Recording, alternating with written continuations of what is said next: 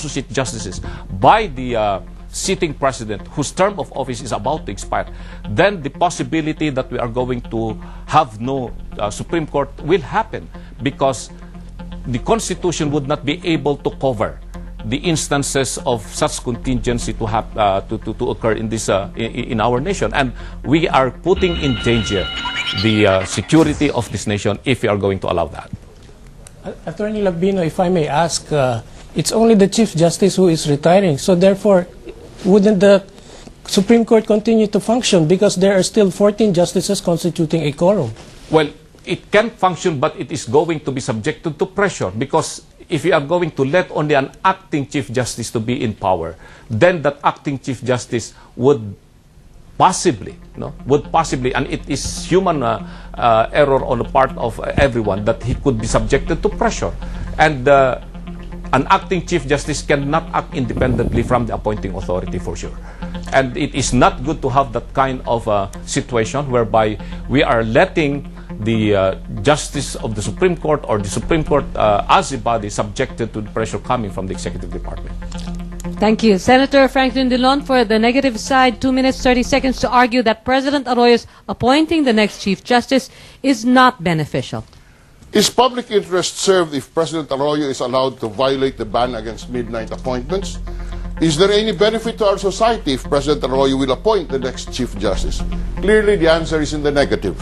In the 1998 case of Valenzuela and Vallarta, the Supreme Court did not see any benefit in allowing midnight appointments because, quote, the prevention of vote buying and similar evils outweigh the need for avoiding delays in filling up the court vacancies or of the disposition of some cases. Prohibited appointments are long-lasting and permanent in their effects. Adherence to the rule of law, ladies and gentlemen, respect for our Constitution, and an independent and credible Supreme Court are the last bulwarks of democracy. These foundations of a democratic system of government will be seriously undermined by the brazen disregard of the clear prohibition against midnight appointments. Already, doubts on the independence of our Supreme Court, composed of 14 justices appointed by President Arroyo, have been raised in media and in legal circles. Such doubts will continue to linger and in fact will be strengthened if President Arroyo will be allowed to appoint the next Chief Justice. Public interest will not be served, only that of President Arroyo. The Supreme Court as an institution of democracy will not be strengthened, only that of President Arroyo's quest for power. One final point. The validity of President Arroyo's appointment of the next Supreme Court will be decided by the Supreme Court itself. A noted constitutionalist, Father Joaquin Bernas, cautioned us that it would be dangerous for the Supreme Court justices to deliberate on the issues related to who their next Chief Justice will be. He cites the danger of the justices fighting among themselves, as it would really destroy the credibility of the Supreme Court. The Supreme Court, already suffering from perceptions of being beholden to the appointing power, will be weakened further if President Arroyo appoints the next Chief Justice. We may now have an Arroyo Court. With that, the opposition rests. Attorney Lambino, your question. Senator Drilon, 1 minute to respond. Isn't it a fact, Senate President Drilon, that the opinion of Father Bernas is not conclusive?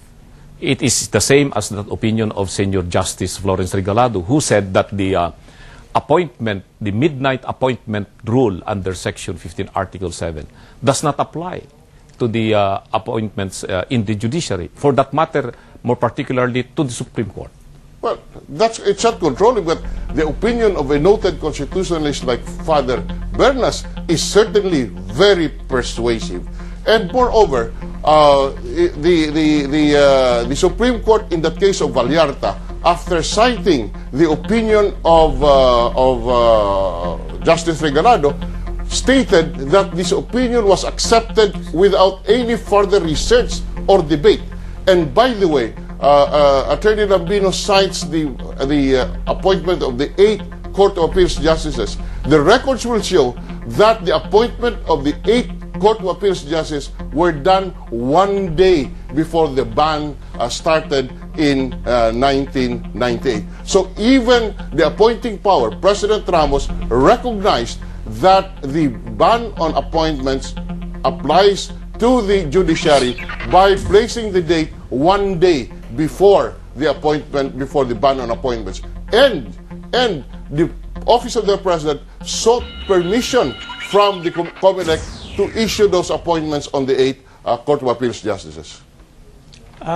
Mr. Senate President, with what you had mentioned, are you saying that the dire effects of an appointment prior to or after the retirement of Chief Justice Puno by the President would have more dire consequences for the country than prudently waiting for the next president to appoint the certainly, next sir. Chief Justice? In the first place, if the President cannot appoint a Chief Justice in waiting, a principle in law is that you can only appoint to a vacant position.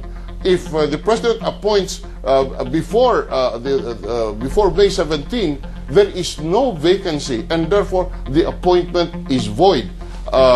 So there is absolutely no way that the appointment by President Arroyo of the next Chief Justice can be justified. As I would repeat, even in those 8 justices of the Court of Appeals cited by Attorney Lambino, President Ramos recognized that the ban covers judicial appointments because it was dated 1 day before the ban. So, and the Office of the President, through Chief Presidential Legal Counsel Corona, sought the permission of the COMELEC in making these appointments. Thank you, gentlemen. Square off the civics debates. Battle Chief Justice returns after this.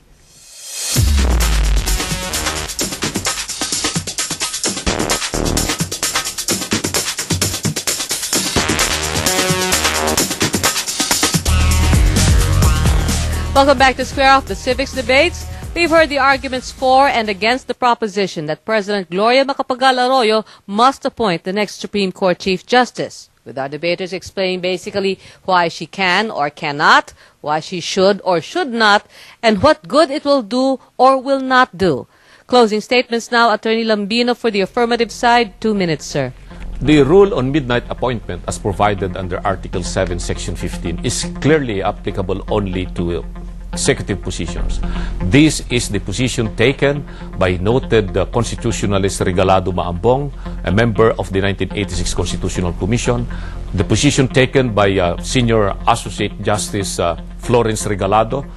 Clearly, the provisions as provided in Article 7 and the discussion of the 1986 Constitutional Commission clearly say that it is applicable only to executive appointments, not to appointments in the judiciary.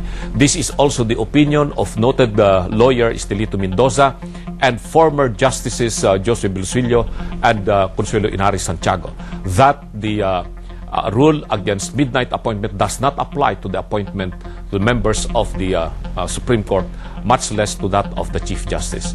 It is important that we should not leave the fate of the judiciary in the hands of the politician. It is important that we should not have the appointment of the Chief Justice be the subject of politics. It is important that we should not have an acting Chief Justice at this point in time that we are about to embark on a new dimension in our election process. It is important that the Chief Justice should not be subject to pressure by the appointing authority. We cannot afford to have an acting Chief Justice. We must have a permanent Chief Justice who would not be subject to any pressure. It is not correct to say that the President, who is going to have her term of office expiring on June 30, cannot appoint the next Chief Justice. It is not correct to say that it is only for purposes of her whims and caprices that she is going to appoint the next Chief Justice because she wanted to perpetuate herself in power. She will end her term of office on June 30 and she cannot do anything about the Supreme Court. Senator Dillon for the negative side. 2 minutes, sir. It is said that the judiciary is the weakest of the 3 branches of our government. It does not command the army as the executive branch does. The judiciary does not control the purse as the legislature does. But our people's continued faith in our democratic system hinges